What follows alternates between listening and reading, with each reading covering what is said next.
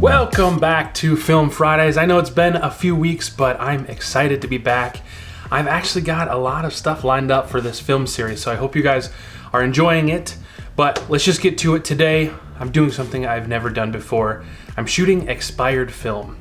A lot of people love shooting expired film because it can give you some very unique looks. You can find some film that's not made anymore, which can have a huge draw, and sometimes it's just way cheaper, which in my case was the reason I decided to shoot expired film today. I was recently at a store here in Brooklyn called Brooklyn Film Camera.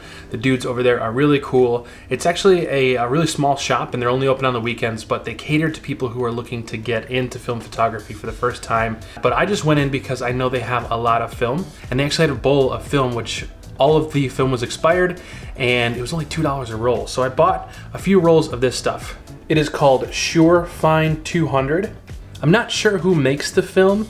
It's definitely expired. This is a little over 10 years old. And because of that, I have to rate the film at 1 stop overexposed. So this is a 200 speed film.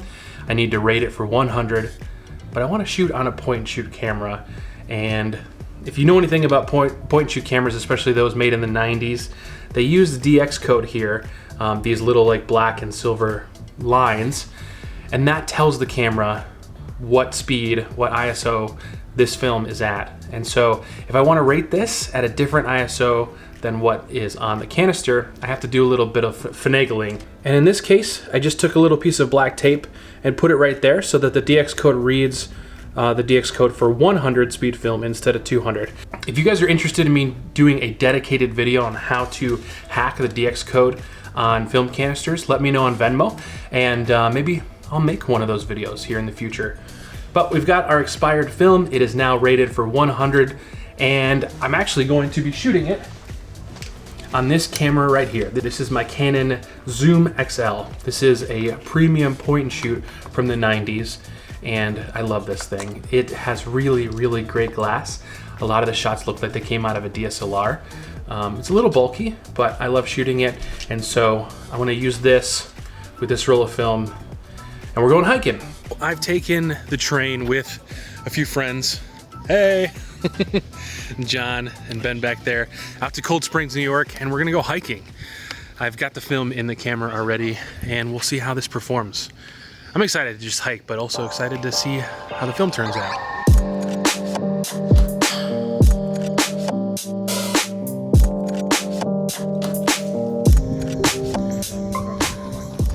Yeah, sure. We haven't even started the hike yet. No, I was about to say, like, this could take a while. Well, these views, man, these views.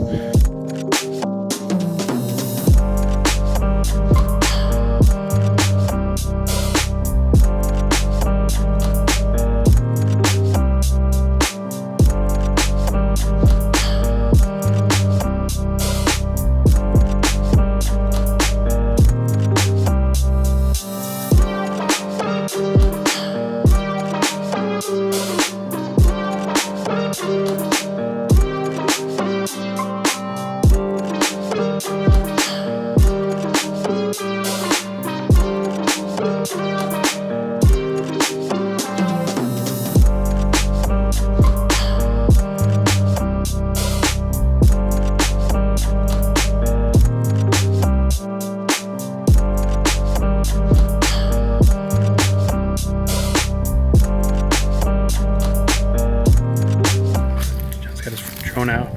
Where's your drone? We lost it. It's somewhere out in space. You could say, oh, it's right over there, and we wouldn't know any better. Nope.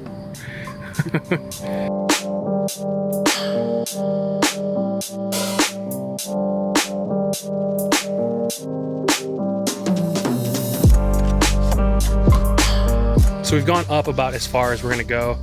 Now we're heading back down to town. It is gorgeous. Part of me wishes we had waited like a week or two until the leaves had fully turned and you could see those gorgeous oranges and yellows and stuff, but I'll do some leaf peeping later in the month. This has been great so far, and it hasn't been too busy, to be honest. I think we're doing a trail that's not too popular. Hopefully these photos are turning out well. Hey guys, I'm trying to film here. Just be quiet, please. Does he have a YouTube channel? I don't know, ask him. Is he one of those YouTubers?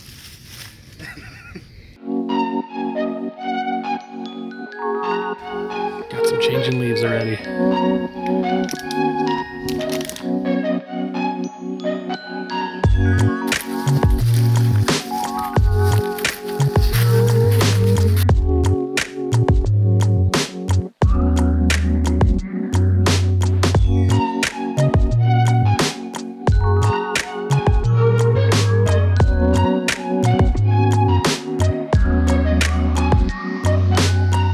So I've got one more photo left on this roll. I think I'm gonna save it and do a group photo of the four of us at a nice point. Just gotta find that point, but we're almost actually back to, well, not the trailhead, a different trailhead back into town. So gotta keep an eye out for a good spot.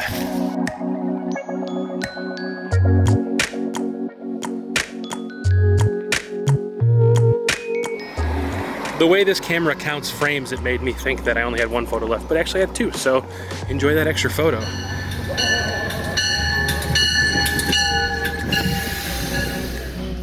It is now about a week later after hiking. That hike was gorgeous. If you want to see more of the hike and learn about how to actually do that hike yourself, if you're in New York City, you can check out my friend John's video. He did a whole video on the hike up to Cold Spring. But I was really happy with how the photos turned out. I don't know if I'm still sort of new to scanning film. I've been shooting film forever, but I'm still new to scanning film on my own. And I feel pretty confident in how I'm scanning, and I'm using Negative Lab Pro instead of using the Epson software. But I'm not sure if the colors that came out of the film are the film itself or are a byproduct of the way I'm scanning them. But regardless, I really love how they turned out.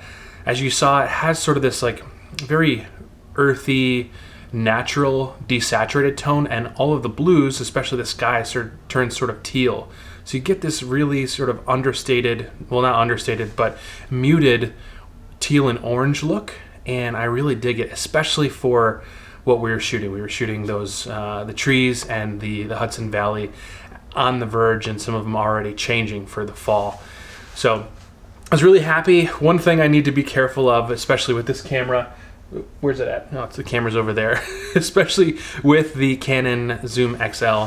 I love it, and I love the way that it renders photos. Like I mentioned before we started last week, some of the photos look almost DSLR-like, partly because of the shallow depth of field, but just the quality of the glass in the point and shoot I love. Specifically this photo of Ben, I really love. I think it's a good looking portrait, and then also the photo of the church that I got at the end of the hike was really cool. But all that being said, the camera is still almost 30 years old. It's from the early 90s, and so the autofocus isn't so great, and I just need to be aware of that. It does have an autofocus indicator next to the viewfinder, so I can see when it has found focus, but there's no indication of what it's focusing on. So I just need to be careful about that, because some of the photos were a little out of focus. But even some of the ones that were out of focus, like the one of that vulture or the falcon or whatever it was, I loved it.